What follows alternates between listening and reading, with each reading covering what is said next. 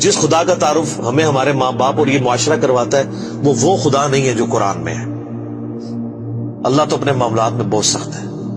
یہ کتاب انذار ہے، تبشیر اور بشارت ان کے لیے جو بات مانتے ہیں، جو نہیں مانتے ہیں ان کے لیے عذاب کا کوڑا ہے یہ کتاب، کیونکہ اللہ ہے نا، یہ کائنات اس نے اس لیے بنائی ہے کہ آپ جانوروں کی طرح کھائیں پیئیں، اولاد پیدا کریں اور مر جائیں۔